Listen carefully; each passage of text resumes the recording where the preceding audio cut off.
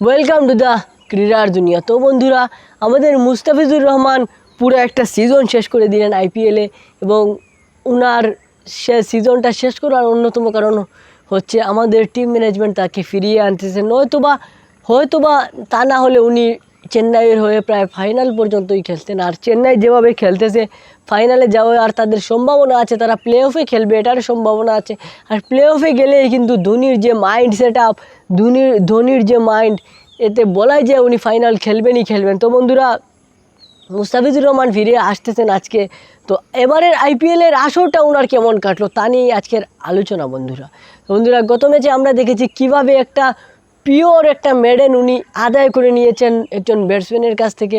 শশাঙ্ক নাকি কী নাম ছিল ব্যাটসম্যানের, পুরা 6টা বল ভাইয়েরা চুম্বেশ্বরী বোলিং করেছেন এবং পুরো একটা ওভার মেডেন নিয়ে নিয়েছেন, যেখানে লাস্ট ওভারে হালকা একটু খারাপ বোলিং করেছেন।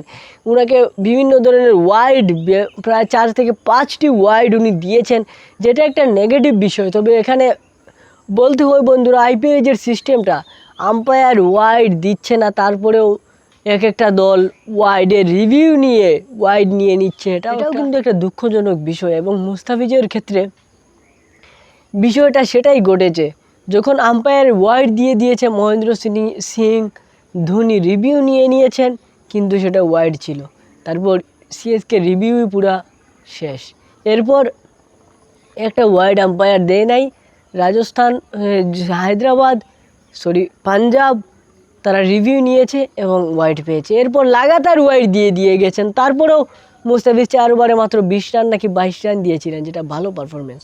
তো বন্ধুরা, পুরা সিজনে উনি 9টা ম্যাচ খেলেছেন, 14টা উইকেট নিয়ে নিয়েছেন এবং ইকোনমি 10-এর ভিতরে এবং বোলিং সেরা উইকেট শিকারীর মধ্যে তিনি যৌথভাবে 1 নম্বরে আছেন 3-4 জনের সাথে।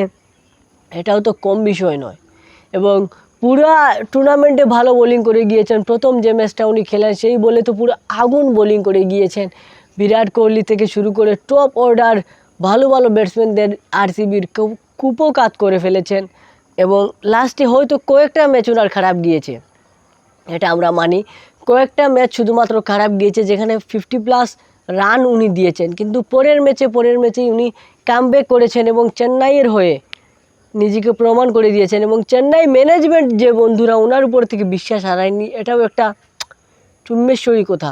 বন্ধুরা, চেন্নাই উনি খারাপ করেছেন কয়েকটা ম্যাচে, কিন্তু চেন্নাই ওনার উপর থেকে বিশ্বাস হারায়নি। মহেন্দ্র সিং ধোনি ওনার উপর থেকে বিশ্বাস হারায়নি। পরের ম্যাচেই ওনারা চান্স দিয়েছেন ওনাকে দলে, এবং উনিও সেটার প্রতিদান দিয়েছেন। খুবই ভালো পারফরমেন্স করে গিয়েছেন এবং বাংলাদেশের মুখেটা উজ্জ্বল করেছেন সেখানে। এবং উনি যেহেতু চলে এসেছেন, হয়তো বা আইপিএল থেকে বাংলাদেশিরা একটু মুখটা ফিরিয়ে নিয়ে নেবে এবং রেস্ট দিয়েছে আমাদের টিম ম্যানেজমেন্ট মিস্টার মুস্তাফিজুর রহমানকে। এটাও ভালো, বিশ্বকাপে আমরা ভালো কিছু দেখতে পারবো ওনার কাছ থেকে। তো বন্ধুরা, আপনারা কি মনে করেন, মুস্তাফিজ আশায় কি হয়েছে, ভালো হয়েছে না খারাপ হয়েছে, সেটাও কমেন্টে জানিয়ে দিবেন। আর ভিডিওটা কেমন লেগেছে সেটাও কমেন্টে জানিয়ে দিবেন। দেখা হচ্ছে নেক্সট ভিডিওতে। আজকের মতো ভিডিও, ভালো থাকবেন। আসসালামু আলাইকুম।